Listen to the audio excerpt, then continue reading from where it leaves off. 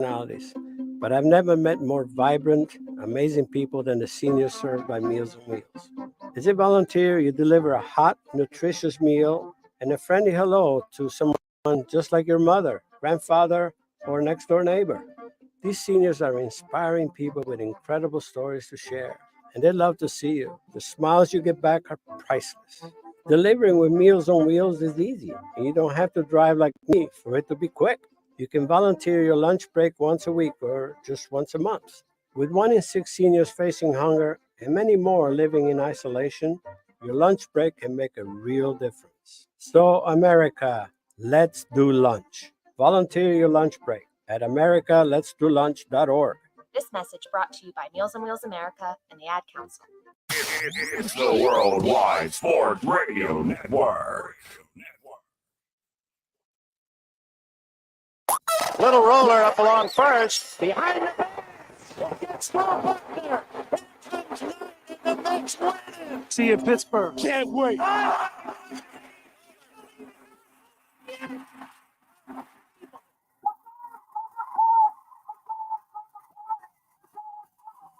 Alabama is out on the field. He's going to go into the end zone.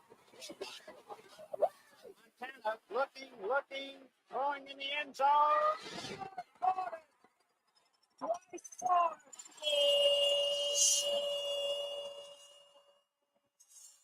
You're tuned into Game On with Josh Silverberg and Eric Bowe.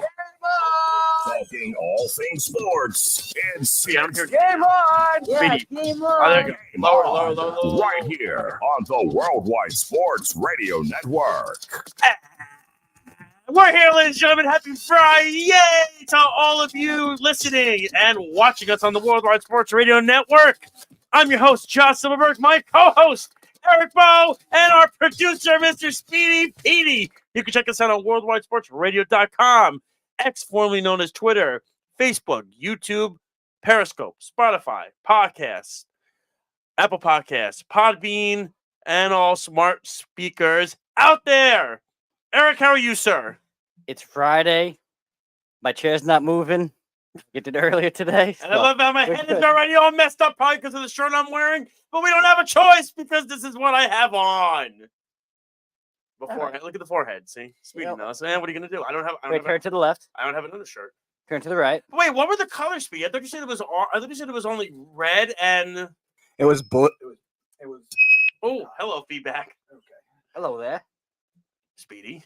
It was blue that you were wearing. It was that Mets sweatshirt. But I'm not wearing blue. I know. It's Purple. weird. Purple too. Purple.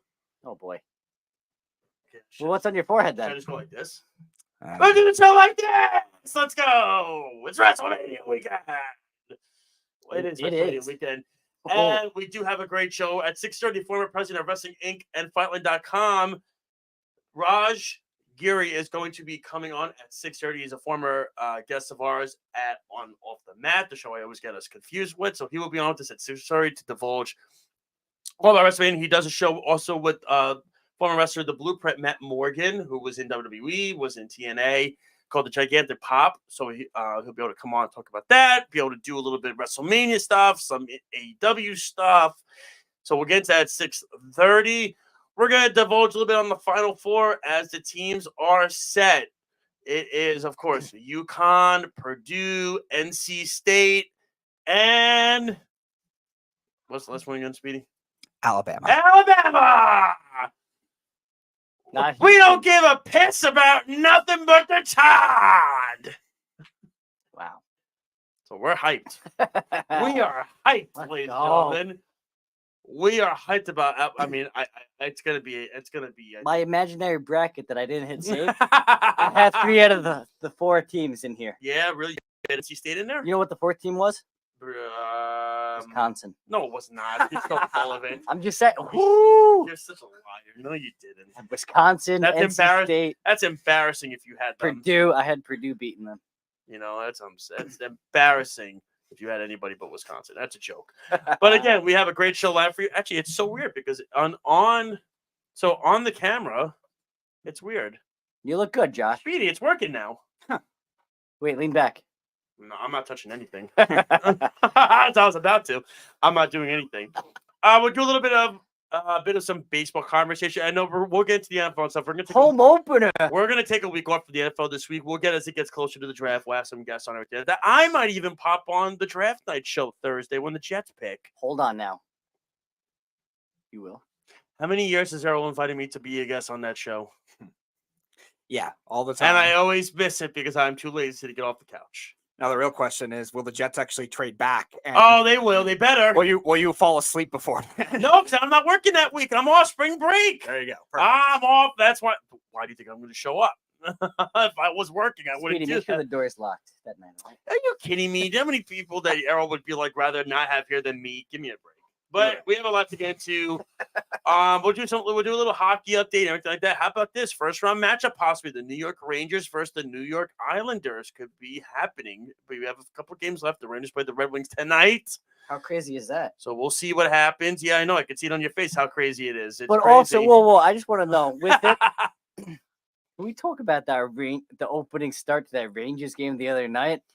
Okay, we'll divulge into the hockey now. I'm just saying because I mean, listen, we want to talk into the fights and wrestling. Let's talk the fights, and then before we get into wrestling itself, let's go. Well, I mean, Matt Rempe came into practice next day, and Larry told the media as he was going on the ice that was a banger and everything like that. Yeah, that was. I haven't seen that kind of fights in slap shots.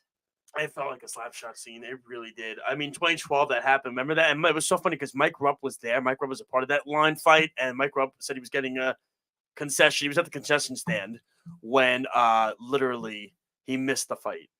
And he interviewed him. It was the funniest thing, but it was crazy. You had the entire fourth line for the New York Rangers on there and doing all of that. And the Devils, we know the team doesn't like each other. We get it. Boy, Siegenthaler should not have fought Keandre Miller. Can we all agree on that one? That was a bad one. That was a bad choice by Siegenthaler. And Siegenthaler didn't even want to grab Miller. Remember that? Miller was like, come on, bro. You wanted this. So Miller did it. And... Although I am disappointed the goalies didn't get involved. No, I'm happy. No. We don't Come need on. that. No, Come on. No. Your whole This team is is not going out why- there. This is not why The I'm whole good. team. This is not why I was good. We're not doing that. All right. Fair enough. Listen, Yeah. again. Eric, I'm sure if the Red Wings had Igor, you would not want him fighting. Yeah, exactly. Let me tell you something. Valid point, actually. If you want to watch a great fight, I don't know if Speedy knows about this. Eric, I don't know if you know about this. You ever see? It's called the Good Friday Massacre. You showed way me back all- when I did show it Yep. to Eric. So it was Yep. back in the playoffs. It was actually in the playoffs. It was the Montreal Canadiens and the Quebec Nordiques. And I think about 12 or 13 players got ejected. And oh man, I remember there were some brutal fights, some knockouts. yeah, I mean I'm gonna just really quickly I want to pull it up right now and just see I'm trying to think of who and everything that got into the fight. I just remember you showed me the fight, and then I just being amazed at it ends and then it goes again. It ends and then it's more. Yeah, well, it was nonstop. So I mean the penalties. Oh my god, Jesus. Okay, hold on a minute. Dale Hunter and Mark Hunter got into a fight with each other, brothers. Let me see. There were 1, 2, 3, 4, 5, 6, 7, 8, 9, 10, 11, 12, 13, 14, 15, 16, 17, 18, 19, 20, 21, 22, 23, 24, 25, 26, 27, 28, 29, 30, 31, 32, 33, 34 penalties in the game. That's it? The guys that got game misconducts. 1, 2, 3. Hold on, I lost it. See, 1, 2, 3, 4, 5, 6, 7, 8, 9, 10, 11 guys got ejected.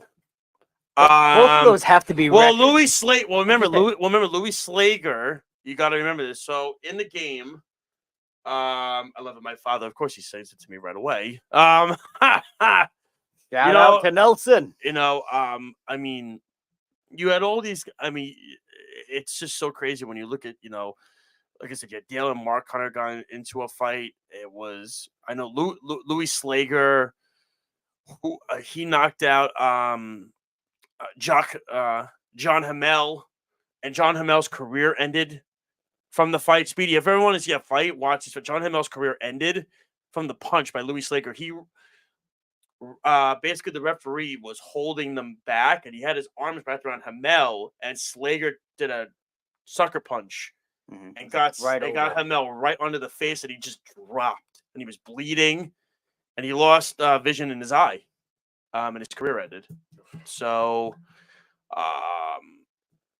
But the Rangers, they came out swinging. Yeah, well, I mean, like I said, you're not going to get. I just listen. I worry about guys like Derek Bugard and those guys that have died from CTE. Chris Simon recently, that were fighters like that that committed suicide, unfortunately. And Matt Rempe's on that trajectory to really, when he does something like this, now he's tailed it back a little bit, which is fantastic.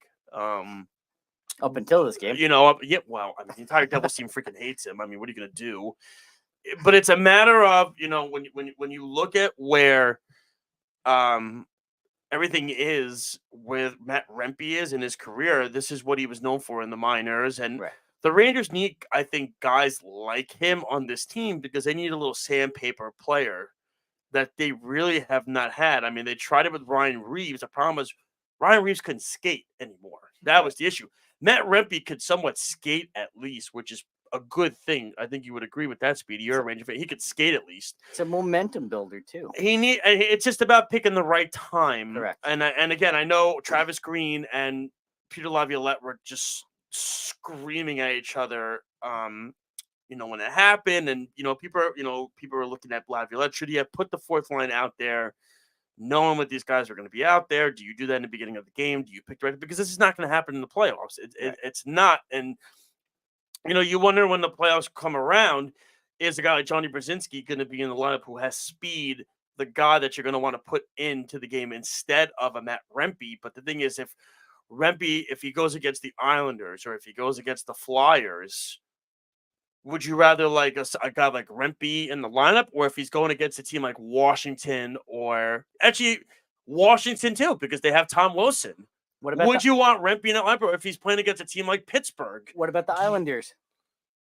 What about the Islanders? Same thing. If they line up against the Islanders. Well, that's what I said. I said if they were playing the Islanders, the Flyers. Speedy, you tell me if I'm incorrect. If they're playing the Islanders, the Flyers, or the Capitals, you would put Rempe in the lineup. If they're playing a team like Pittsburgh, I don't think it's really necessary to put Rempe in the lineup then, because it's more of a skill set team rather than an aggressive forechecking team like those three teams are. Because you know what the Islanders are going to do with Clutterbuck and Martin and those guys, and then you're going to know what Washington has with Tom Wilson, and Tom Wilson's not going to want to fight Rempe. And Washington has no depth, so they can rattle their best player. Yeah, but it's fine because Charlie Lindgren's going to stonewall us like he's done the entire freaking season for some weird reason. Makes no sense. Then you have the Philadelphia Flyers, which it's so interesting. Everybody says to me as a Ranger fan, who do you want to play in the first round of the playoffs? Oh, you really want to play the Islanders? I said, I definitely would. I would like to play the Islanders. I would. I think it'd be great for New York. It'd be great for the town. I think the Rangers are. I think they're a much better team, Speedy. I think you would agree. They're much more depth than the Islanders do. Yeah. They're better coached than the Islanders are. I think the two teams that would frighten me. One is Tampa. I want no part of Tampa. I don't want Kucherov. I don't want Point. I don't want Stamkos or Hedman or Vasilevsky in the playoffs. Period. Stay on the Atlantic side. That's fine. The other team that's going to surprise you, I don't want Philadelphia. And the reason being, and I know Speed's going to be like, wow, that's surprising. I don't want John Tortorella in a playoff series because I know how tortuous playoff teams are. No matter who they have on the team, what the depth is, or where they're at, Tortorella's teams are going to give 110% every single freaking time they play. That's the facts. They will do that. To me, I think I'll take Pittsburgh. Pittsburgh is, I don't know what they are. I don't know what they are. I mean, look, you're still gonna have to face Crosby and Malkin, but it's just an aging. And they don't have Gensel anymore. So I think that they have no defense. Their goaltending is dreadful. You have Washington, which has absolutely no depth. You have Detroit, which is trying to figure themselves out with the goaltending situation. Larkin, I think, got hurt again. Am I not mistaken? So, yeah. He just came back and got hurt again. So that's where I think, as a Ranger fan, I would take the Islanders. I would, because I think, and look, we'll see these next two games. The Rangers play them twice in a 4-day span. And the Islanders have a very tough schedule. They got Nashville, then they have the Rangers. Do you think they split? Or do Rangers take two? Probably split. I think they'll split, but then again, I have to see where I don't know what God. I don't know where it's at because the thing of it is that the Rangers have not played great defensively either since Trouba came back. And again, I keep saying this. I don't think Trouba should be on the top pair with Miller. I think Miller should have stayed with Schneider. They were doing really well. Miller was looking great with Braden Schneider, by the way. He really was. He was starting to play a more proficient style of defense. Trouba should be on the third pair with Zach Jones because I think it would flow better. And you would ease Trouba back into the lineup. I don't agree with that, but I have to That's see. your captain, though, Josh. Yeah, trust It's me. got to be out there. I Has to be out there. But again, I think with the whole thing, I think I could see them splitting because the Honors can't. I had this conversation with Errol before. You look at the schedule remaining for the Honors. It's Nashville, then the Rangers, then Montreal, then the Rangers again. That's a brutal schedule. And then you got, I think, Pittsburgh. Speedy, am I missing a game? Then you have Pittsburgh to end it, which could make or break who's in. It could be a win in your in situation between those. That's a tough schedule. You got Nashville, who's playing really well right now. The Rangers twice, who have beaten them both times this year. You got And one more with the Devils. one more with the Devils, and it's in New Jersey. The Devils have given the Honors fits this year. I mean, not Speedy. I think they beat them last Beat time. them 4-0. Yeah, I mean, they've given them fits this year. You're getting shut out by Devil goaltending. It's not ideal. It's a matter of Not and, this year. and look, it's the Honors cannot lose more than, I think, at minimum 2 games. If they lose more than 2 games, I think it's, and they can't get these overtime points either. 3 would be the They very. cannot get these overtime Right. points either. They got to get the 2 points. They have to win. They have to at least split with the Rangers. They have to beat Montreal. They have to beat the Devils. And they have to beat either Nashville or Pittsburgh. They have to beat either. They have to. You can't lose both games to the Rangers, and you can't lose both to Pittsburgh. They're done then. I don't know. We'll see. And everything like that. So to me, I mean, and everything of that nature, I don't know. We'll see where that is. But also, and what was the end result of that Rangers Devils game? After it was 3-2. They were playing. The Rangers had a great first period. I don't know what happened in the second period. It was awful. They just, Chris Kreider. I understand he didn't want to go off sides, but geez, dude, can you not throw the puck in the middle of on your defensive blue line? Like, can you not do that, please? And I've said this time and time again. I want Chris Kreider traded in the offseason. People look at me like I'm crazy. You want Trouba traded? Oh, God, Speedy. That's what I got into a fight with Greg about. Remember that when Greg Kaplan came on? Speedy, is my point being proven with Greg right now? I'm just saying. The return of Greg, whenever it comes, will be very interesting. Honestly, I would love for Greg to come on. And you know what? And I give Greg a lot of credit. Greg stuck by his guns. He really. And I said to him, I disagree. I said, I don't think Trouba, and I understand the pandemic hit and everything started happening with the cap hits, and that's fine, dude. Trouba was never worth that contract that he got. So to me, but the Rangers won the game, and they now have a 5-point lead on Carolina. Their games are even now. Carolina got blasted by Boston yesterday, 4-1. And this is the problem with Carolina that I have. When you look at the depth of the Carolina Hurricanes, I'm sorry. The blue line does not scare me. I don't like their blue line at all. Their defense is not great. They have a good defensive structure with Brind'Amour, but their defensive players are not great, and their goaltending is not great either. So that's a problem. I mean, look at their depth offensively. Speedy, when you see Aho and Gensel, does anybody else, like, you're not going to really tell me like Teravainen is going to scare you, right? Like, Svechnikov has been horrible this year. They're not playing great. I don't like where Carolina is. I'm sorry. Everybody makes him out to be this juggernaut when they got Gensel. Gensel, I think, would have fit much better with the Rangers. I think it goes to goalie play. What goalie's gonna be the hottest going into it? Well, that's what it is. How many times do you see a goalie? Oh, it's every time. Kind of season. Get in the playoffs and they stand on their head every single time. Speed, you sent Raj the Did you send Raj the? Yeah, he just responded to it. He said he's coming in shortly. Okay, cool. I said cool. Cool. Well, let's get. What do you have, like a young kid or something at home now? Well, let's get into a little bit of baseball. A team had opening day today, and here's the first pitch. Oh, how great is it? Stroman was phenomenal at home. By the way, can I just say one thing about Marcus Stroman? Except Kikuchi is just a little so bit better. annoying, dude. He struck out Guerrero in the freaking second start of the year, and he's really got to be like a pompous ass. Really? Like, he's really got to do that strut in his second start of the season? Really, dude? Like, you really have to go? Well, you know how this plays out. At this moment, no issues with it. Dude, Stroman, Speedy, is he now on the trajectory right now? First half of the season, he looks amazing, right? 1 ERA, 2.5. All-star. Did it with the Mets. Did it with the Cubs. All-star Wait, first half. Great. wait. Second half, he just loses it. He gets overworked. And then he gets hurt, and then he doesn't come back the same, and it becomes a whole But ordeal. let's It was basically the Mets' reverse of Zach Wheeler. Zach Wheeler was bad in the first half and great in the second. also give him his flowers though, because guess what? I'm never giving But giving guess Marcus what? Stroman Whoa, any whoa. flowers. Did he not? Did you see his tweet at the end of the tweet at the end of the game? Basically, What, Stroman? What did he say? How great the Yankee it fans was are? very positive. Oh, yeah. What Guess was what? it? That's What a did great, he say? That's a great. What did he start. say? Said the Bronx was electric. Oh, that's good. Until he gets booed in July for a start that he should win against the Royals. Listen, we've seen the track record of the tweets before. It's a good start, Joshua. Still early. Oh my goodness. Stop. Josh is not poo-pooing going it. to give Josh is not going to give any flowers to Marcus I'm Stroman. not giving any flowers because I've seen this game be played. This game has been played before. Even Rodon's post-game interviews have been better. Oh, that's wonderful. I'm so glad his it's been better like that. Everything like that before. And I know Raj is waiting to come in. Before we get to Raj and we'll do our break quick. Let's get to a little bit of March Madness. We'll chime in on that quickly. So the Final Four is set. UConn is going to go up against Alabama, who's a good three-point shooting team. And then you have the interesting game, Purdue and NC State. Can the big man for NC State, Speedy, what is his name? DJ Burns. Maybe my Let's man. They're go. talking about being a football offensive lineman, they're saying. Oh yeah, future New York Giant DJ Let me Burns. tell you, man. First round. And honestly, to me, when I look at how all that is going, I'm very curious if this is the man that could stop Zach Edey. Can he do it? So we don't have to hear Errol anymore. And by the way, shout out to John Shire for almost getting to the Final Four. Yes. You dog, you almost got yourself a con. And then I love Errol says to me the next day, I heard Duke is not happy about what happened in the. I'm like, dude, you got to an Elite Eight. Are you kidding me?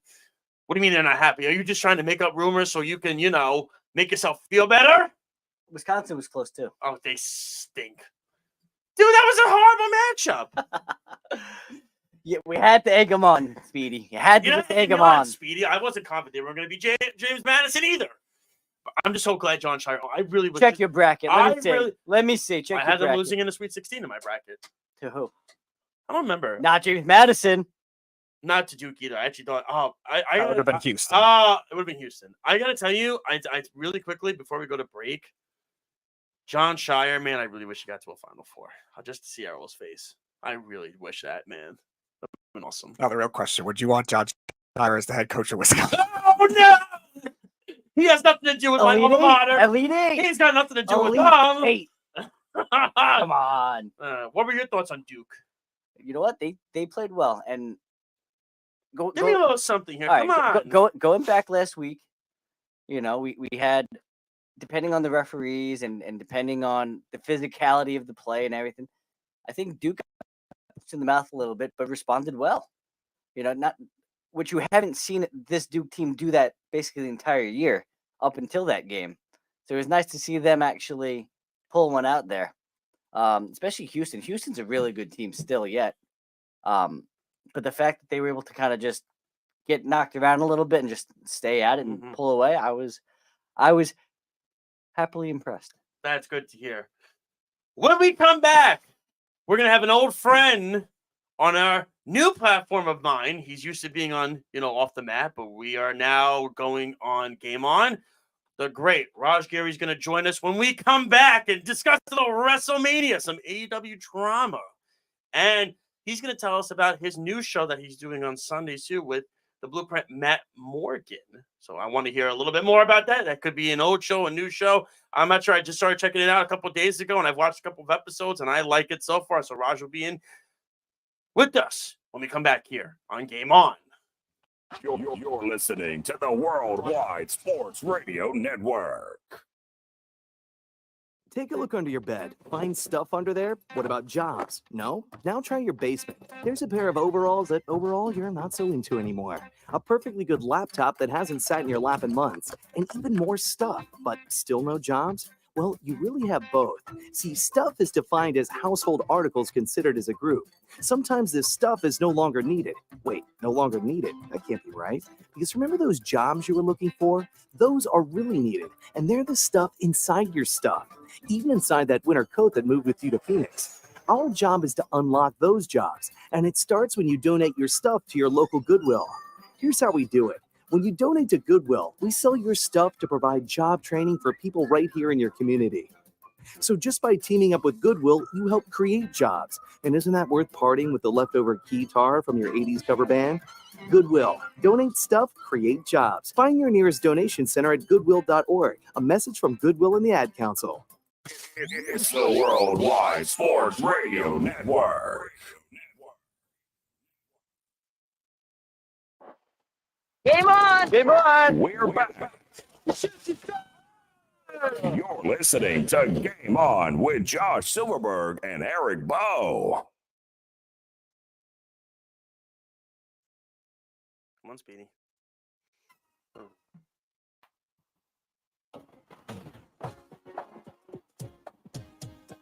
All right. Little retro theme. We're back here on Game On, live on the Worldwide Sports Radio Network. Of course, my co-host, Eric Bowe, my producer, Speedy Petey. And ladies and gentlemen, we have a great friend of the show here. He was on my old show on Off the Mat here on the Worldwide Sports Radio Network. I had to get him on. He's the former president of WrestlingInc.com. Mr. Raj Giri. Raj, how are you, sir? Everything good? Good, good. Everything's good over here. How are you guys doing? We're doing well. I hope you like that little intro. I can't do a little intro as well as I try. When you said you could come on, I remember I tried to get. I wanted to get you and I wanted to get John Alba on at the same time. John is so with this SNY thing now. He's like this guy now, and he goes every time I ask him to come on. I go, you know what, dude? Then Raj is just going to come on by himself. Then, if that's what you're going to do, then it is. So I'm like, what's SNY? What'd you say? What's SNY? Oh, it's in. I forgot because you're on. I think you're in. You're in. Aren't you? What is it? You're in. Is it Seattle? You're in Colorado, in Denver. Colorado, yeah. So it's SNY is where the Mets. That's the channel the Mets play on. So he does like the sports night. Oh, gotcha. He does like the hosting and all this stuff now on TV. He's Mr. High Roller now, John. He's doing all this stuff. He's doing. I see him at Media Day for Mania today, and I'm like, oh, look at you, big shot now. Okay, guy. All right. Nice. I knew you were gonna make it. Jeez, okay, don't forget about us, man. Well, but I love John. But I miss seeing you, man. How's the family? Everybody good? Yeah, everything's good, man. Just been busy. Girls have dance competitions this weekend, so we're like just figuring out all the driving. Me and Matt and Glenn, we're doing a few podcasts this weekend. It's the most we've ever done. So it's you seem more relaxed though. I've noticed that with you since with the Wrestling Inc. stuff and everything like that, and we'll get into that a little bit. But since the Wrestling Inc. stuff, is not there. Everything like that. I feel like you and I see. I was watching the Gigantic Pod, which I believe, if I'm not mistaken, it's on Sundays at 7. Well, originally we were doing it Sundays at 7. Now we just do it anytime like something comes up. Spontaneously. And so we're like, all right, The Rock, beat the hell out of Cody. Let's do a podcast tomorrow, or let's do it tonight. And it's just kind of on the fly. No, we're going to try after WrestleMania to keep doing it Sunday. It's so busy right now, dude, because everything that's going on, especially with The Rock being here this year, and we have so much to get to with WrestleMania and everything like that. Even Eric's really into it this year. Eric has an interesting question for you later on in the show. And Eric asked me, he goes, how old is Raj know you? I said, I've known Raj for a couple of years now, so I think Raj knows me pretty well. So he's like, all right, I got a good question for him about you later. And I said, oh, wonderful. I can't wait to hear it. I got you, bro. I can't wait to hear it. It's wonderful. But let's get into it, man. WrestleMania 40, it's crazy. I gave you that little theme that to segue in there. I think of Linda McMahon, of course, when you hear that theme, but we're not going to get into the McMahons on this episode. We're going to stay as far away from that as possible, just like the WWE is going to do. That started at WrestleMania 10, right? Was when they first started using that. That was when they first started using it. That's the exact one that I sent Speedy, the one at the Garden when it was Brett and Yokozuna. Yeah. That's the match we should all be remembering is Brett and Owen. That's still the greatest, in my opinion. That's the greatest opening match in WrestleMania history. And my take and everything like that. I don't know if you have anything different on that one, but I think I could watch if you're getting into pro wrestling and you want to watch, like, if you want to get involved in it, I think that's one of the matches I think you should study. Yeah, that and with Sean and Razor on that same show, Yes. and both are important matches. It's not just a good match for the sake of a good match. They both had high stakes. They both meant a lot, and yeah, it was great. I mean, WrestleMania 10, I always have mixed feelings about because Of course, because those you were look at great the, you look matches, but it was the decline kind of. and that was what it was. That was started to oh my god, the golden era was just ending at that point. They were kind of segueing away from that, and then it was just becoming these ridiculous characters that were coming into play, and it was just so silly. And you look back on it and you go like, Earthquake had a squash match, and then you had Yokozuna and Brett, which Brett could have a 5-star classic with anybody, but boy, that was a tough one for him to get through. And then Undertaker wasn't even on the card, and yeah, they threw a lunge of blaze in there. I think to try to make it a quick women's match that lasted like 2.5 minutes. Yeah. But let's get into the here and the now. WrestleMania 40 is upon us. There's so much to just basically there's so many layers, right? There's a ton to go about it, because people are saying, oh my goodness, second year in a row we're doing the main event again, just like back when it was Rock and Cena. It was we're doing it again, but 2 years in a row now. But with Cody and with Roman, I feel like it's kind of a different perspective on it, because I feel like back then, and you tell me if I'm wrong, I feel like there was not much, because The Rock, remember, was a complete part-timer. There was only so much you could build to that match. Like, they had it a year in advance. Great. That first one was perfect. The Rock winning, that was awesome. The second year, it was kind of like, it was very fugazi. The Rock, nobody really wanted him to be the champion. They thought Punk and everything was Punk was screwed, and that kind of set that was a downward turn for Punk after that, and everything was, you're letting a part-timer be the champion. This one, there was storytelling, because you really had both guys. Now, I understand Roman's kind of a part-timer, right, Raj? It's a weird part-timing schedule that he's got, but they were able to involve so many different layers to the whole story, from things they went back to with last year, to Cody should have won if not for Solo, to Dusty always saying that you're always the son I wanted about Roman, and he never brought Cody up, and things like that. What are your thoughts about a main event being 2 years in a row? Are you fine with that? Or you're like, maybe they should try something a little different? Yeah, if the story's right, like, I feel like in hindsight, Cody losing last year ended up being, I don't know if it was the right move. We don't know how it would have been if Cody won, but it definitely wasn't. It wasn't a bad move, like, business is on fire. It's the hottest it's been really since like 2001, as far as like everything other than TV ratings, which are just so different now than they were back then that you can't really compare those. So it ended up being the right move. I feel like the story is even bigger this year. And with The Rock providing an assist, I mean, this feels like just a gigantic WrestleMania, like one of the biggest, going back in forever. Maybe it feels bigger than Rock. Last year was good. Last year was a great, especially night one. And I think that the issue too with the problem with that Rock Cena main event is Mania wasn't 2 nights, and the card was just so bad. Like, there were so many screw ups on that card that night, and it was just a complete mess. It was literally, the show went for 7 hours, and other than Punk Taker, there was no match on that card that everybody was like, wow, that match really stood out. Even Rock Cena, people were like, we saw it already. It's, You mean the first one? Or the second one, the one at MetLife. That's why I don't think it was as good or as eventful as, whereas I think this one, I feel like there's just an uber amount of talent, and I think there's the right guy leading the charge in Paul Levesque, Triple H, whatever you want to call him. Yeah. I feel like that, that combo of Triple H and Nick Khan has just been great, because up until then, and you got Tony Khan doing it now, doing both jobs, and you had Vince, for the longest time doing both jobs, doing creative and the business side, and the business side was doing very well. The creative side, not so much, and but now the business side is doing fantastic. Nick Khan is a different beast when it comes to business, and Triple H is just way more competent than Vince has been, the last Oh, couple decades. So You saw after that first SummerSlam show, the first big pay-per-view he got in Nashville, he crushed it. I mean, he brought Dakota Kai and Io Sky back he brought Dakota Kai back after she just got released and everything. He knocked out of the park that first show, and I was like, wow. And for me, I thought it was my favorite Roman Reigns versus Brock Lesnar match. You could say their WrestleMania 31 one was better, but I thought this one with the tractor and everything, it was just a different. It just felt so different from all the other ones that. Yeah. I thought they did a great job, and then Logan Paul. Just killing it. So it's been, he's been killing really good. I got to give him credit. He's been really good. Yeah. I got to give it to him. I didn't think so. But I know Eric has a question. So we briefly talked about it before. Sorry, Raj.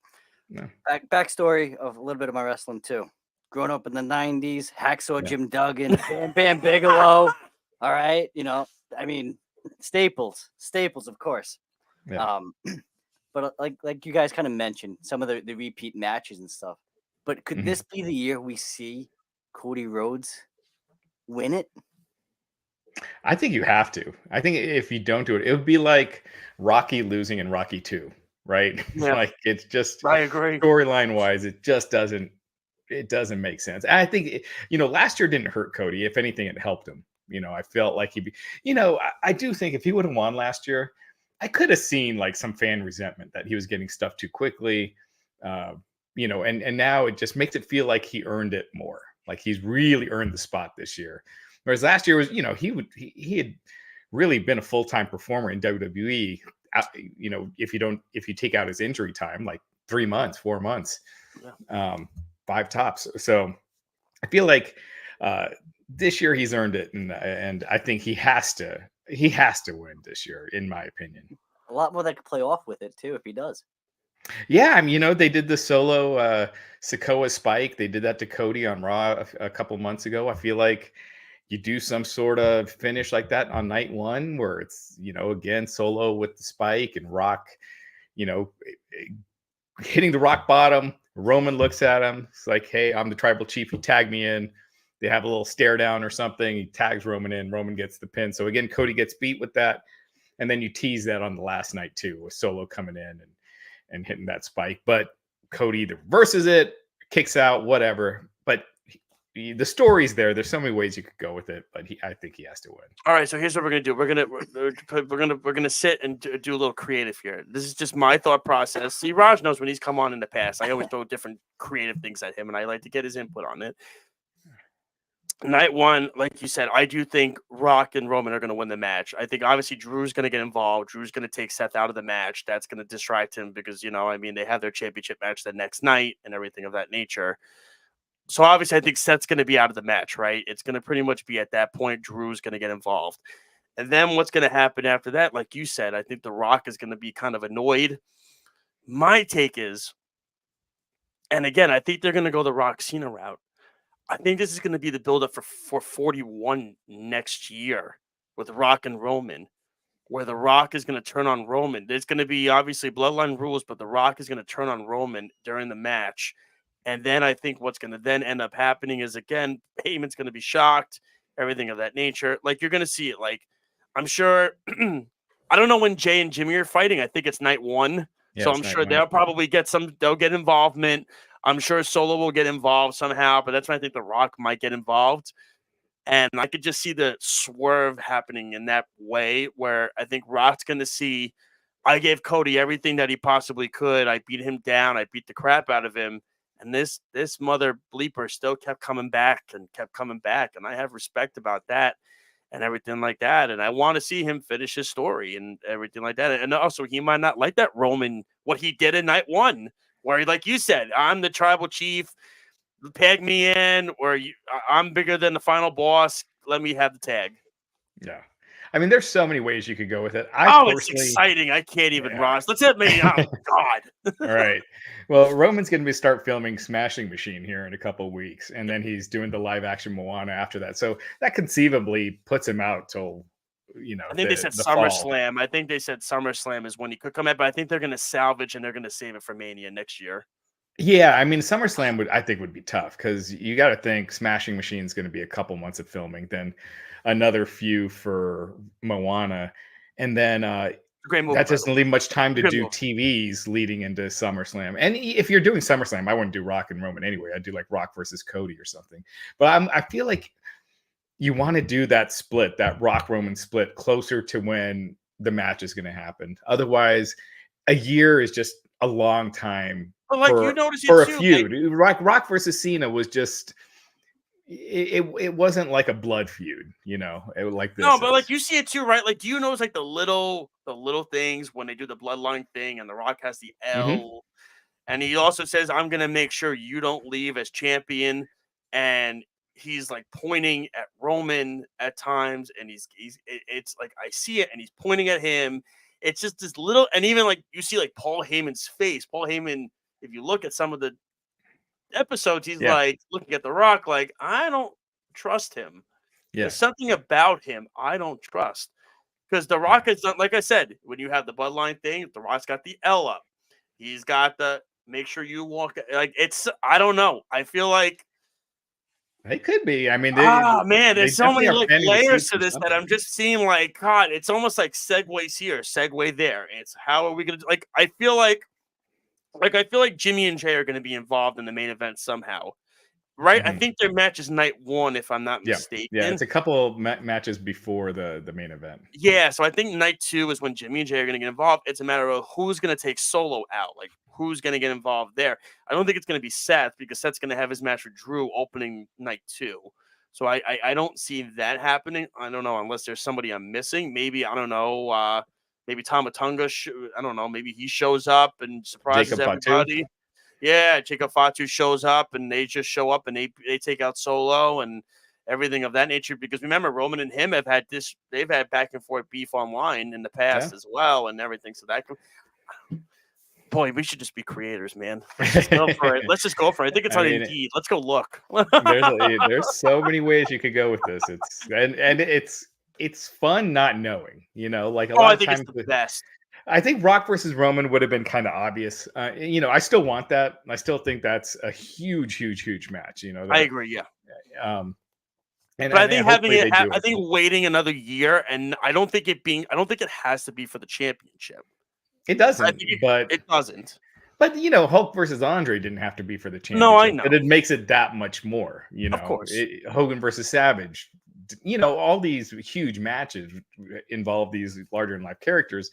Even taking away the title, they're still huge matches, but the title does add an extra layer. And also for when you're doing media and you're getting like trying to get new fans to try, watch, the selling point of it's also for the championship also does, and Rock going for his first championship in 15 years by that point, it does add an extra layer, but it doesn't need to be. You're right. And again, Cody, if he wins, assuming he wins, usually after WrestleMania, you have a lull, creatively, and May is usually a down period, but there have been exceptions, like when Stone Cold first won the title, right? The business boomed that summer, that spring and summer.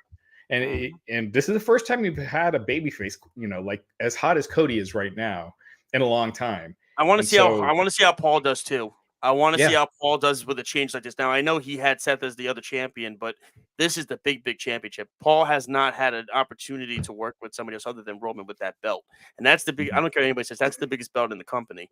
I want to see how he does with this, and I think Cody will thrive.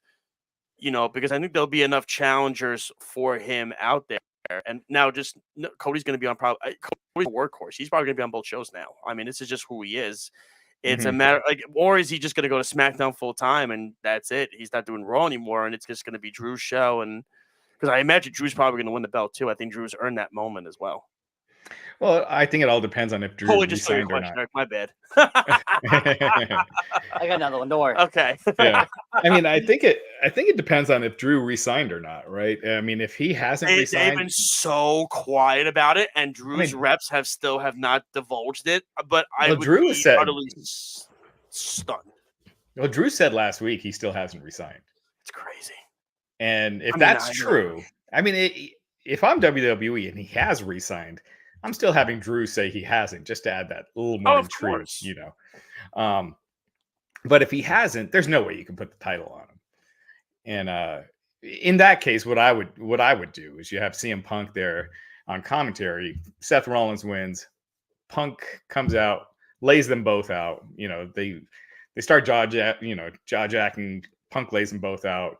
Damian Priest music hits. He cashes in. Bang, wins the title. boom, cash in. Yep. This has to be it for Damien, I would think. But I know Eric said he had a question for sure. All right. Now, I don't want either of you to hit me in the back with one of the folding chairs or anything. All right. I got to borrow promise one. And I'm not trying to make it, so crazy on this one. But again, watching The Undertaker and Yokozuna go at it for so many times. You read my shirt. And watching The Undertaker just with his dominance. Do we think Gunther's going to continue his dominance? I don't. I think Sammy wins this time. I just think with the story they've been telling, it's Philly. Rocky is so ingrained in Philly. I just think they wanted to do that Rocky story. Who better to do it with than Sammy? Mm-hmm. I mean, look, Rocky lost and Rocky won, so you could have Sammy lose, but I don't know. I think that they're gonna pull the trigger and have Sammy win this one. But then again, they're gonna be in Montreal here in a few weeks, so they could always have Sammy get screwed. And then they do the rematch on Raw in Montreal, and Sammy wins there. But I think Sammy wins. It's interesting because I've seen Undertaker. Oh, he's lost this match. It's done. Then all of a sudden, next thing you know, hand is raised, and it's like, how'd this just happen? We're So talking. I'm kind of curious if Gunther could do that. We're talking to Gigantic Pop host and of course former president of Wrestling Inc. and Fightline.com. Raj Gary joining us. Raj, I know we're going to get into more WrestleMania. I know we have some time with you still, a couple more minutes with you. Listen, let's talk about the elephant in the room. We saw the interview with CM Punk. We knew Ariel was going to try to get everything he could out of Punk, and we know Punk. Oh, I love how Punk always says, "I don't want to stir the pot and I don't want to cause trouble," but then he says it anyway, and it's so funny. He says that for every interview he does. I don't want to stir the pot or cause trouble, but then it's like, I'm going to say it anyway. And I'm just going to, what I'm saying? You heard what he said about Tony Khan. He went timeline. He went time stop for time stop in that timeline of when things went downhill from when Tony wanted the new show to separate it to the thing with Jack Perry with the glass to kicking him out of Collision to everything. I mean, just a wild sequence to calling Tony Khan just a friend, not a boss, and everything of that nature. And by the way, he did not deny that he choked Tony Khan. He didn't deny it. He was just Jungle Boy? Oh no, I thought he didn't. Didn't Khan say he felt scared for his life?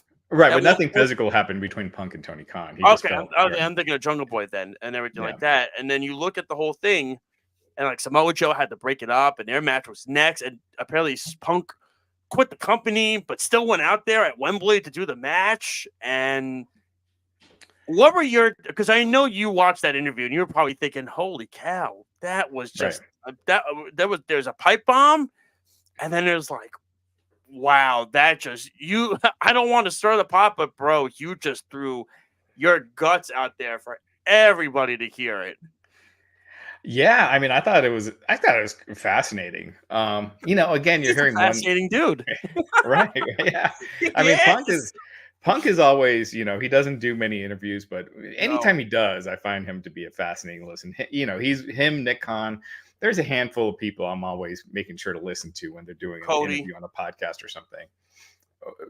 Cody here and there. I mean, Cody does. Well, I thought the Cody one was interesting because they asked him for his rebuttal on the Khan thing, and he disagreed with Punk, which I thought was fascinating. Well, Cody's also very political, right? He's not saying anything negative about it. He's gonna everything's positive in his eyes. There's nothing negative about anything, and plus he helped build that company, and he's still best friends with Nick, so he's not gonna crap on them. I don't think. Right, and he's not gonna crap on anyone, unless he's in a storyline with it. Like he'll crap on The Rock right now, even though that's kayfabe. But and that's the thing with Cody. I don't feel like you're necessarily getting 100%. You're getting work shoot, which is great too. That he's not peeling the curtain back all the way, which is actually great. Which Punk doesn't, because sometimes it's the other way. And The Rock is talking about they're having rehearsals on Thursday, and they had match rehearsals earlier this week, and sometimes it's a little too much. Cody, but Punk is one I always listen to. Like I always feel like he's really saying what's on his mind.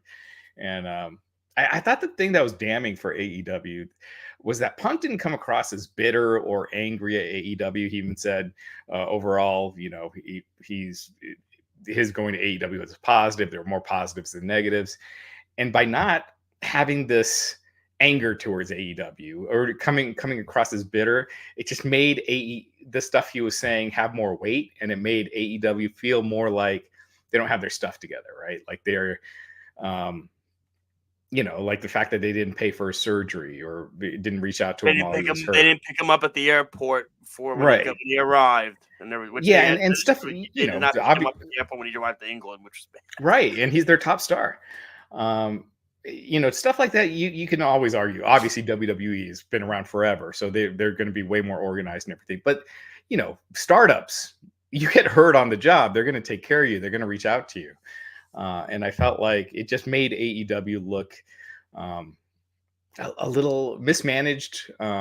It made Tony Khan look like he's a nice guy, but managing all facets of the business is not something that he's best suited for. He's best suited for parts of it, for sure. He's done an amazing job. Who else has been this successful running a pro wrestling company since WCW went under? Look at what he just did. Look at who he just signed. He signed two of the best. I'd say two of the best wrestlers on the planet, in Okada and Will Ospreay. He did. That's what, you know. Right. Well, signing them is one thing. But it's how do you use them? Yeah, exactly. It's how do you enhance the television? How do you? I think he's done good with Ospreay so far. I mean, the match with Danielson's going to be it's interesting. I'm not a big. I listen to Busted Open, and I respect Bully Ray. I do. There's times when I do. There's times when I'm like, oh, that's a little interesting. Yeah. You know, he's very political too. I think he made a great point. He said Paul Levesque is a great storyteller. Tony Khan is a great matchmaker. Mm-hmm. That to me, and I thought was a very interesting point when I said, you know what? I didn't think about that. Yeah, it really does. Because when you look at it, look at Dynasty, for example. Dynasty so far is a Joe versus Swerve. Great match that's going to happen. You're probably going to have FTR versus the Bucks. Another good match. Then you're going to have Ospreay versus Danielson. It's another banger of a match, right? So you're having these great matches, but then you have like, it's weird, you know. And by the way, I want to give a shout out to, and I watch both programs, Raj. I know you do as well. Yeah. There's no biasness or favoritism here. Yeah. There is not. Raj. That's why I always have Raj come on. We're both, you know, we're just middle people. We're wrestling fans that just want to see good products be put out there. I thought it's gotten some hits and some misses. I'm going to give kudos, I don't know how you feel about it, to Adam Copeland starting the show the other night, kind of to do damage control because of everything that came out with what Punk said.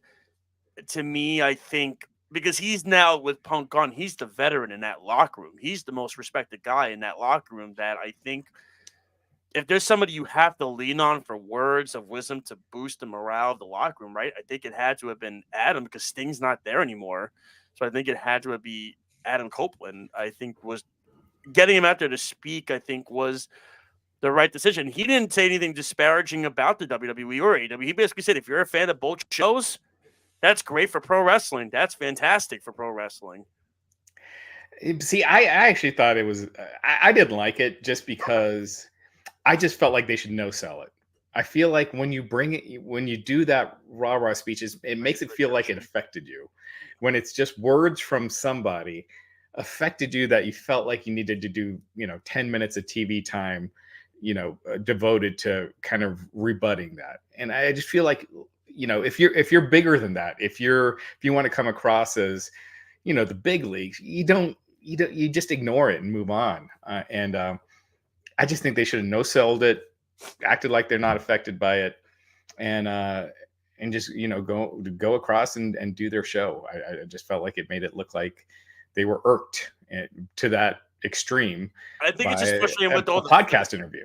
No, of course. I think it's just frustrating with the fans, like the fans showing up to the arena. There's not many fans that come to the shows. I think that just frustrates people. And I'm an AEW fan and I'm a WWE fan. I like both shows and everything like that. So I think It is Yeah. frustrating. It just doesn't make sense why these fans are not showing up to these AEW shows. You see the pictures. It just, I don't know why. And it's crazy because they're in small arenas. They're not in large arenas. Well, they're doing both. I mean, when they do large arenas, it looks kind of bad because so much of it is empty, right? Yeah, of And course. you And they just got dark it out and they do the hard cam stuff and everything. Yeah, I used to get a lot of flack on our podcast, like, especially to 2019, 2020, because I was really hard on WWE. I thought they're creative. And this is when it was getting really bad, like, especially during the pandemic when they had the eye extraction matches and, Braun Strowman drowning in a swamp and stuff like that. No, God. But, Yes. but their creative Just remembering improved it now. greatly, to the point where, I mentioned this on Twitter last night where, 2022, it started getting good. It was the first time I felt like it was improving I in agree with you. 20 years. I felt like every year was a slow decline. 2022 is improving. 2023, I was like, it's actually really good now. And then this year, I feel like it's the best it's been since probably 2000, 2001. Whereas AEW, it was the opposite. 2019, 2020, 2021. I was like, man, this is awesome. If they keep this up, it could be a game changer if they keep going the way they're going. And then they've kind of went the opposite way where they got great matches still, but there's not many guys there right now that feel larger than life. And I feel like you need that. MJF does. And I feel like you need more of that. Can you like you got Okada, right? Can you make Okada that guy? Can you make Ospreay that guy? I mean, look, these guys were ginormous in New Japan. New Japan was a massive following once they had their T-shirts being sold for Bullet Club at Hot Topic. You saw them all over the place, and they had the G1 Supercard show at Madison Square Garden. It's like, all right, we feel here. We're here now. This is crazy, and then everything like that. But then, like you said, Raj, it's. Think about how many years they've done Double or Nothing at the T-Mobile Arena, and now this year they're doing it in MGM Grand again because I feel like they're worried about ticket sales and they're worried about because the crowd last year. I went to Double or Nothing 2 years ago. The crowd was amazing. The crowd was all it was when it was Punk versus Hangman. The crowd was electric that entire night. Last year I didn't go last year, but I saw on TV the crowd sucked. Mm-hmm. It was people were complaining like. You could still call it Double or Nothing, but you think it should be in a different spot. Like maybe go to Atlantic City and do it there. Maybe go to Los Angeles and do it there and change it like that. But I mean, I agree with you on that perspective. I'm not worried about both companies. I do think both are doing well in their own way. It's just they are, but I am a little worried about AEW because they have been on the decline. Their attendance has been dropping. They did their lowest rating. Basically since NXT moved to Tuesday nights unopposed in their normal time slot the last 2 weeks in a row. So, you don't want to see one company go down, the other go up. You kind of want to see both go up, which is rare. Thrive. Yeah, like 97. You saw it with WCW and WWE. I was a WCW guy. I watched that company go up and then Me too. Up in flames real fast. Yeah, I was a WWF guy originally, and then WCW is what got me interested again. 95 when Nitro started. And it's funny, I wasn't even an NWO guy. I couldn't stand the NWO. I was a Sting guy. I loved it when Sting used to just come out there and just beat them all up and just walk out. I'd be like, all right, you're the man. Cool. One guy just beat an entire group up. You're the best. Yeah. WCW 96 to 97.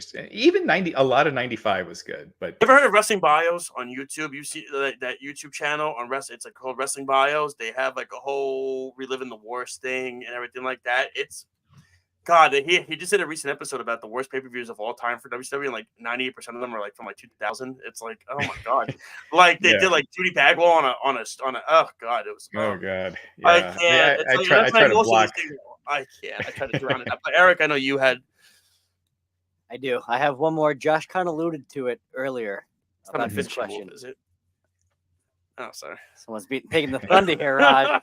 But yes, knowing Josh. Interviewing with Josh and talking with him, I think a lot of people want to know what would Josh's finishing move be. Oh God! No, gosh. You've known me for a couple years now, so I think you would I lean more backbreaker type, but I don't know.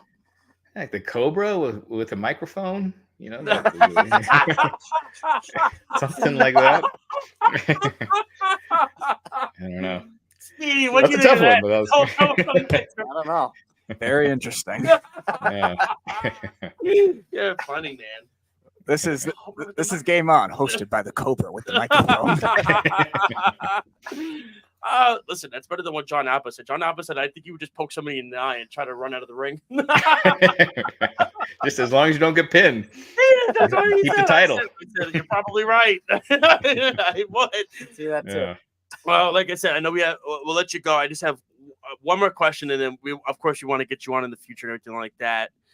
My biggest thing that I have is, one, where do you think WrestleMania is going to be next year?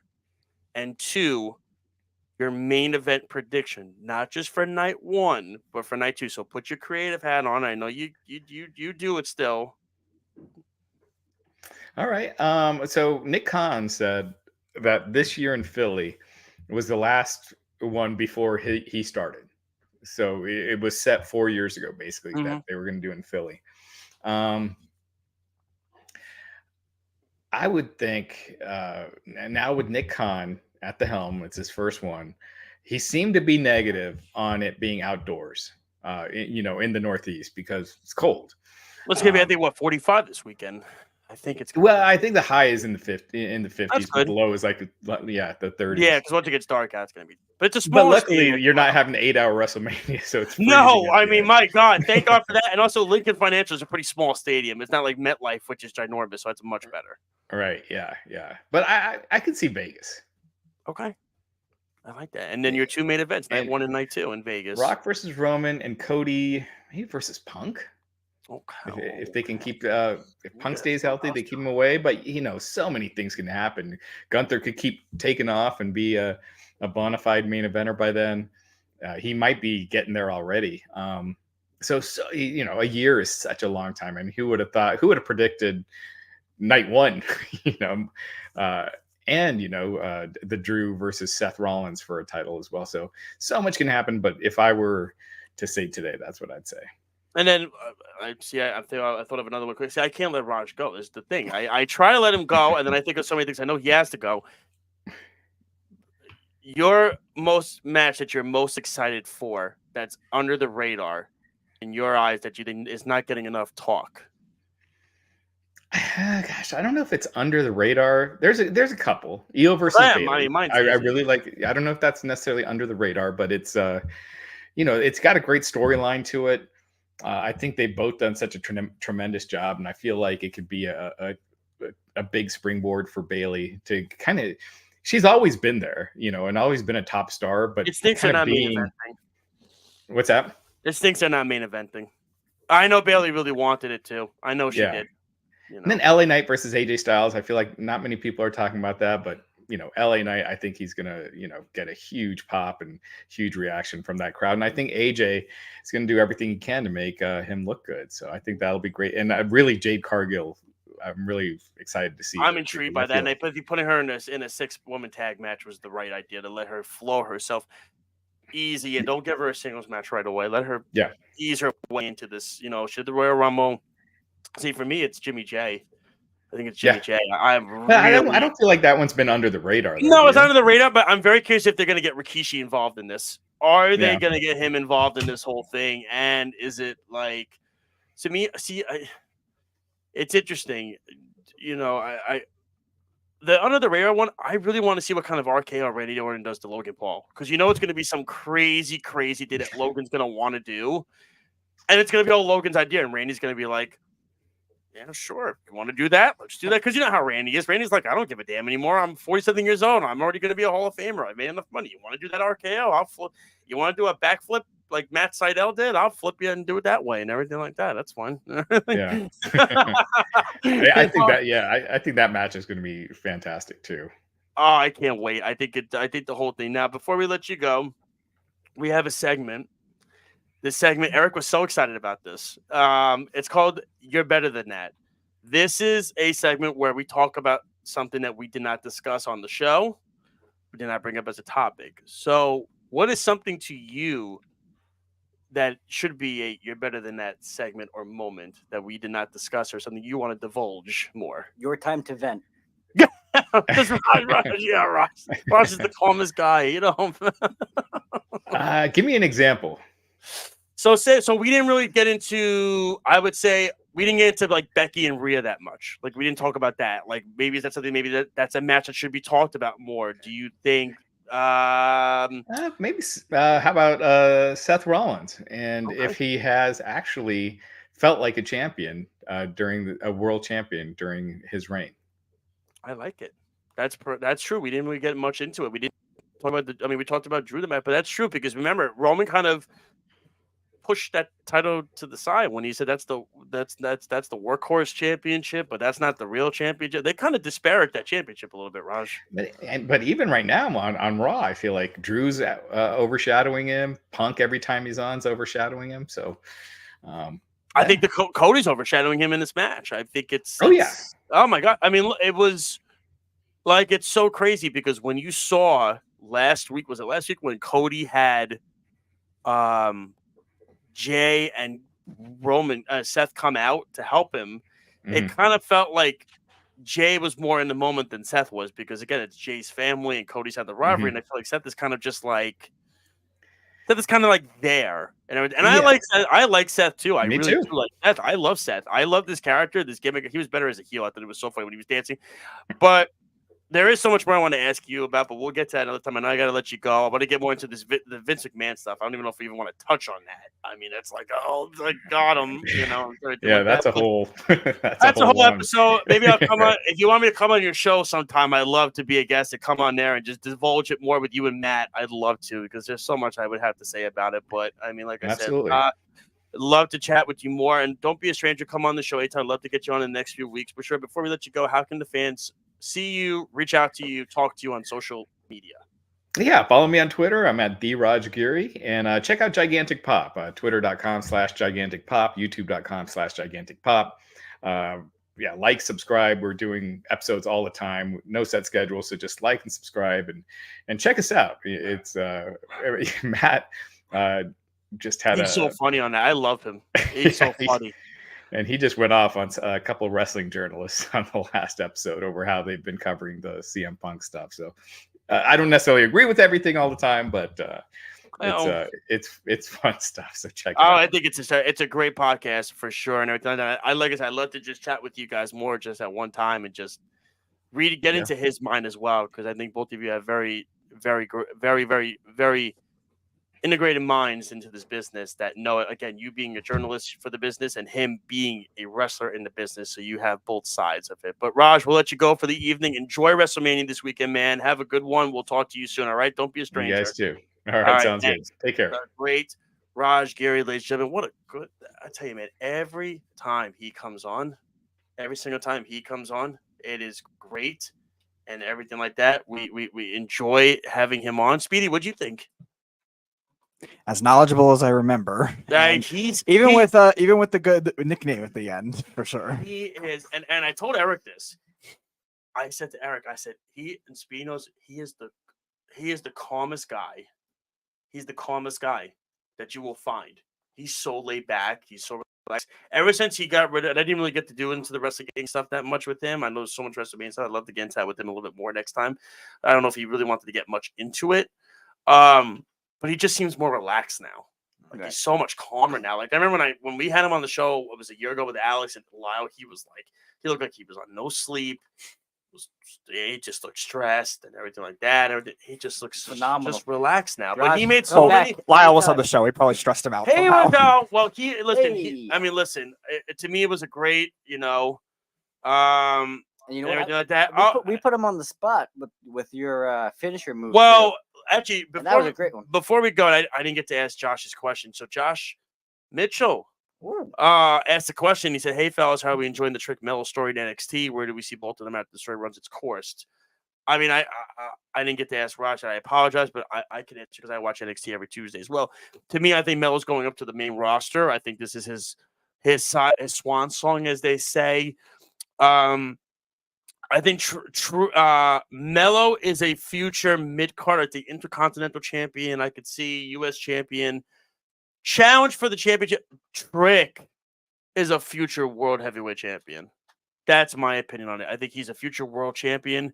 In my eyes, that's where I think he does end up. I think Trick Williams has it all: charisma, the ability to be in the ring, uber amount of time. He's got the style, he's got the skill set, he's got the entrance, he's got everything you want. The fan, integration to his theme. Pump that trick that he says with Booker T. And Josh has a question for you, Eric. You a Stone Cold guy or a Rock guy? Man, remember that commercial when they said, "Why not both?" No, God, no. I know. You can't it's because they're two tricky. completely different people. What, the That's- that's the right thing. Twix, left Twix commercials? Exactly it. That's exactly it.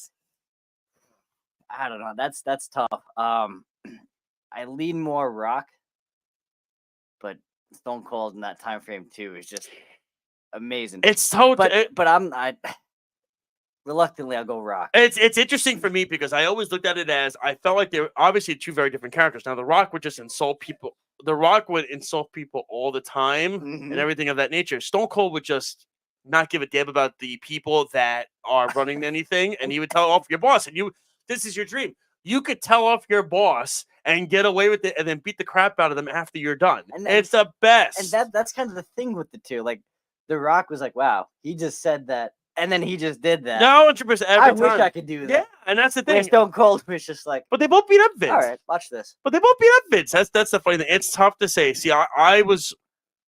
So you would lean Stone Cold, is what you're saying. So you know what, Josh? I'll add to it. I'll give you my top 5 wrestlers. Whoa, hello. How about that? Did not have that on my list tonight. Did you have that, Speedy, on the show sheet? Wow, you're trying to do this after Raj is on? Well, I alluded to a few of them. We mentioned Bam Bam God, Bigelow. if he says Hacksaw Jim Duggan in this 5 for this, I'm Hacksaw shut his Jim mic- Duggan shut his was mic added off. to that. Come on, when Hacksaw Jim Duggan came out with the 2x4 and the flag, Probably high as a kite with the iron That cheek, kind of probably in the car. I'm not gonna. That is what Aaron Rodgers reminded me of when he was running out. But Oh, that's a different God. Story. Okay, who are your top 5? Those two. As much as Undertaker kept beating Yokozuna. What is going on with this list? Plus, Wait, this is your top 5 of all time? You're of all saying? time, Oh, Diesel. Remember Diesel? what the hell is wrong with you? Yeah, no, Diesel was the beast. Is this your top 5 of The 90s, guys apparently. that can't move in the ring? Oh man! Anytime those guys were on, I had to watch the match. And you know what? We'll put The Rock at 5. Let's go. Let's go. What do you got, Josh? Let's hear your top 5. 5. I mean, I've watched wrestling since 1995, so I mean, it's. If Bam Bam Bigelow is not on your He's list, I'm not on the list. disappointed. Oh, come He's on. not on the list. Come He's on. not on the list. I'm sensing his list is going to be entirely different from yours. Yeah, it is. So top I don't know 5. why. Are you saying my top 5? Or are you saying Of you all think top time. 5 of all time? Your top 5 of all time. Okay, top 5 that I've ever seen. To me, number 5 for me is Kurt Angle. I think what Kurt Angle did going from amateur wrestling to pro wrestling, I think first off, it's an extremely tough job to do. That's fair. Because you're talking about something that you're going from, all right, this is the professional style of it on the mat, everything, to now I got to do all this athletic stuff and Well, everything like that. Make sure you call him Olympic gold medalist. Olympic gold medals. Okay? So for me, Kurt Thank you. Angle to me is number 5 for me. Number 4 for me, it's interesting. I would go Ric Flair for the amount of accolades that he's done and the amount of time and years that he put into the business. I think, to me, I think it was really special to watch and really amazing to see the accolades that he did from his time in the 80s to now and still doing stuff, which is crazy, taking bumps and all that nature. Number 3 for me, I would say Undertaker, just because of what he was the guy at the time that the WWE needed. He was the one soldier that never left. All through his stuff, because guys came and went and guys left. He stayed from the beginning to the end. When WWE was a sinking ship, he stayed status quo to it. So that's number 3 for me. Oh man, it gets tough at this point. It always does, because I just never know which route I want to go with. Am I always thinking to myself, am I missing somebody, or so You're not going to add the Hulkster? No, I won't add Hulk, only because he did a lot, but the problem is his in-ring ability was it wasn't good. It wasn't ideal. I have It two wasn't. if It I- wasn't good. 2 honorable mentions after. Oh, now you're gonna have 2 honorable mentions. What a load of crap! You had your Unreal. chance. Keep going. I would say number 2. Man, oh, God, because I do want to put somebody into today's where I would probably say I would have to say Shawn Michaels because of the stuff that Shawn Michaels did in regards to his character. From being in the ladder match to all the stuff that he did and the matches that he put on, the first Hell in a Cell match, the first ladder match, winning being the first multi-Royal Rumble winner, doing all that, I think is huge. So I think Shawn and number one for me, partner too though was Diesel. Okay. And number 1 for me, it's gonna sound biased. It would probably be for me. It's Sting, only because of what I grew up with. For me, Sting from the '80s to now, doing his thing, being he was the soldier at WCW, did everything he needed to do there. But so it was Sting. That was, and Josh put Punk, Edge, Austin, Foley, Cena. I said Foley. Foley for sure. Yep. So like I said, I put Kurt Angle, I put Ric Flair, I put Undertaker, I put Shawn Michaels, and I put Sting as my top 5. Those would be my top 5. But honorable mention, I think he needs to be said. Randy Savage. That's right. Macho Man. That's the guy, needs dude. to be said. Better than Hulk Hogan. That's for damn sure. Yeah, I don't put Hulk Hogan in my top 5 because he can't wrestle, genius. Hulk Hogan's the one who kept wrestling going. He kept wrestling going, please. Hulk Hogan made wrestling. Who is this on the show? What are you doing? Yes. See, Andre. Disagree. No, Andre. See, Andre. I would put it. We're talking. Well, no, because I didn't get. I didn't get to. 5, first off, personal, because I didn't get to watch those guys integrated when they were at their peak. I watched Hogan at the end when he was in the NWO. If I was around that time, like an old fart like you, I would then be able to put. Hey, now. I would then be able to put. Look what you did, you old fart. What did I do? Down. You're the only person that makes a mess over here. Look at you. What the fuck? Why are you on the show? Oh no! And Errol just takes Josh and throws him through the Why are you table. on the show? Okay. I don't believe it. Okay, let's Speedy. go. Speedy. All right, let's do our. You're better than that. Eric, start first. Oh, put me on the spot. Speedy, you're next. All right, here we go. Errol, you're a loser. Wow. It's always at the time you're ready to go. You get that little last. Go on. Anyway. It's the Knicks. We didn't get to touch upon it a little bit. Julius Randle not cleared for contact, re-injures his shoulder during the contact, trying to get back out there, doing everything he can. And it's just it's the whole thing just seemed like a mess. It's just going into playoffs, not what you want to see. It's just come on, Knicks, you're better than that. They did win yesterday. It was a good win against the Kings. And who's back tonight? OG Anunoby's back tonight. Ooh. OG's back playing against the Bulls. Start him at easy, sleazy. Okay, easy, sleazy. That's what we got to do. That's how we start it. Easy, sleazy, baby. You don't want me to give you my Nestor Cortez nickname. We don't want to go that on the air, but we're gonna go. I should have used the Mets. No, that ain't it. That ain't it. Speedy, what's you're better than that? Well, yeah, I'm going to go with some struggling New York Mets hitters that are combined like 3 hits at the plate so far this year. Yay! Lindor, Nimmo, McNeil. Did you see Nimmo, by the way? He's out tonight for the right hamstring Oh, soreness. yeah. Great. It was all those walks to first base yesterday. He's praying to God before. He should be praying to God about not getting I think injured the so stat was much. 3 for 55 to start. Woo! That's good.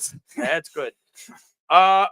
My You're Better Than That segment is going to be it's an interesting one because Raj actually touched it on a smidge, but what I want to give a You're Better Than That segment to is it's the fact that I agree with Raj to a perspective that I think AEW should have left the moment alone, but my You're Better Than That segment is everybody in the parties, AEW and CM Punk.